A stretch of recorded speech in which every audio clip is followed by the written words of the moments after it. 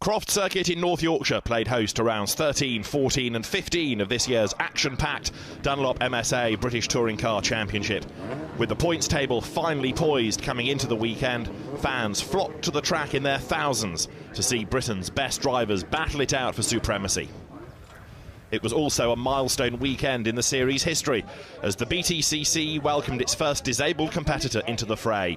Nicholas Hamilton, brother of reigning Formula One world champion Lewis, got behind the wheel of his AMDtuning.com Audi S3 for the first time and enjoyed a trouble-free weekend of progress as he acclimatised to the fast pace of the UK's top championship. As action commenced on Saturday, Sam Tordoff laid down a marker in free practice before storming to his first pole position of 2015.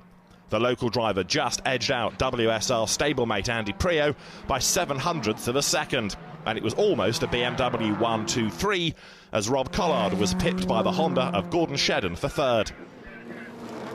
As the lights went out in Sunday's first encounter, Collard grabbed the position from the Scotsman to make it a trio of one series into turn one. Tordoff and Priaulx maintained position for the first 5 laps, but there was soon a change at the top as a slight mistake at the chicane from Tordoff, as spots of rain began to fall, handed the lead to his triple world champion teammate. Trailing the top trio was Shedden's Civic Type R, which impressively held fourth despite being heavily laden with success ballast. The biggest battle of the race was for 5th place as Rob Austin's Audi jostled with the Volkswagen of Colin Turkington early on. Both would eventually drop down the order as Matt Neal's Honda and Andrew Jordan's MG blasted past in the final few laps. Right at the back was double champion Jason Plato, who pitted at the end of the green flag lap. The plan was to sacrifice race 1 in order to set a fast lap and ultimately a good grid position for the second bout later in the afternoon. He would start that contest from third. Tordoff made no mistake in race 2 as he dominated proceedings from start to finish. The Yorkshireman blasted off the line before setting about extending his lead back to the chasing pack. That pack was initially headed by race 1 winner Priaulx before he lost out to the Volkswagen duo of Jason Plato and Colin Turkington before he'd had the chance to generate enough heat into his Dunlop tyres. He was able to hound the stealth-like Team BMR machines for the remainder, but the trio held station until the finish.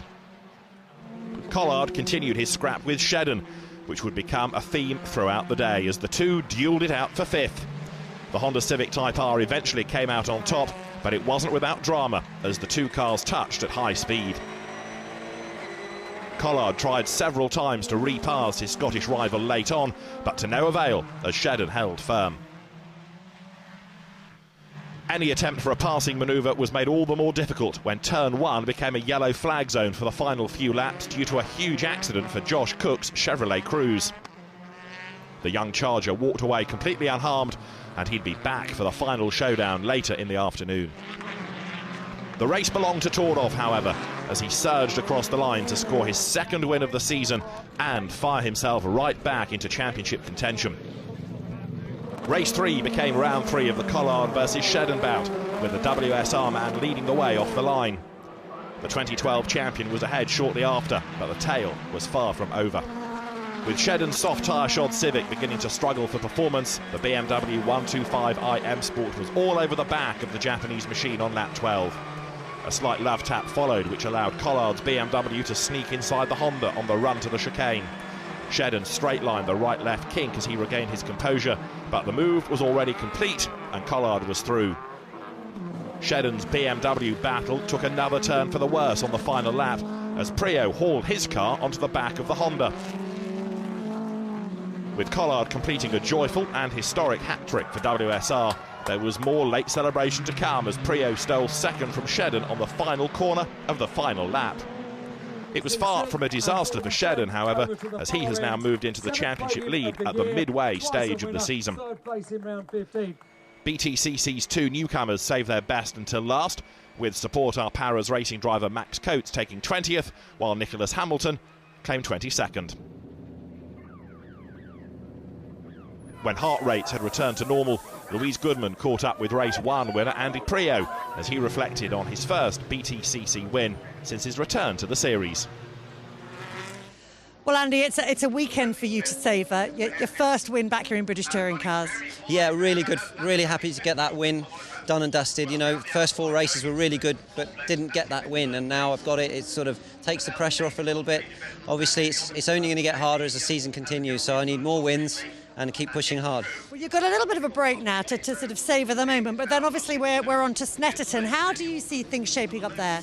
I think if it's anything like the last 3 or 4 races, it's difficult to pick a winner. It's going to be really tough. The racing today, I think, has been great. I think Snetterton is going to make it the nature of the circuit. There's a lot more overtaking opportunities there. The new track is really, really good. So I expect it to be a really tough fight. And I hope that we can be in the mix, but also you can't rule out Honda and VW. They're all going to be fast. There's 10 guys that can win races right now. So it sounds like it's going to be an exciting race for fans who come along. Yeah, I mean, if it's anything like today, you know, the crowd's been fantastic, big crowd here, and all the last races we've had lots of fans. I think that's because the racing's so good and so tough, and you know, everyone wants to see a spectacle, and I think Btcc is putting that on right now. It's a race where a lot of fans will come for the whole weekend. I mean, it's a bit of a motorsport festival for them, isn't it? It is, yeah. I mean, it's been a long time, Lou, since I've been at Snetterton. So obviously, when I used to go there in my early days, it was always a great crowd. The circuit now has improved. I think the racing's got a lot closer now. This is the toughest year, I think, or one of the toughest years in British touring car, where, as I say, at least 10 guys can win races. So I think the crowd's going to come out and watch a really titanic battle. So BMWs have dominated this weekend in Croft. Who do you see, if anybody, dominating proceedings next time out? I have to say that I think VW is going to be very strong. Its top speed is brilliant, so Snetterton will suit that car along with the Honda, and I hope that I can be in the mix as well. I think we've had a fantastic weekend at Croft, but we've got to raise our game if we want to win at Snetterton. See you there. Yeah, I look forward to it.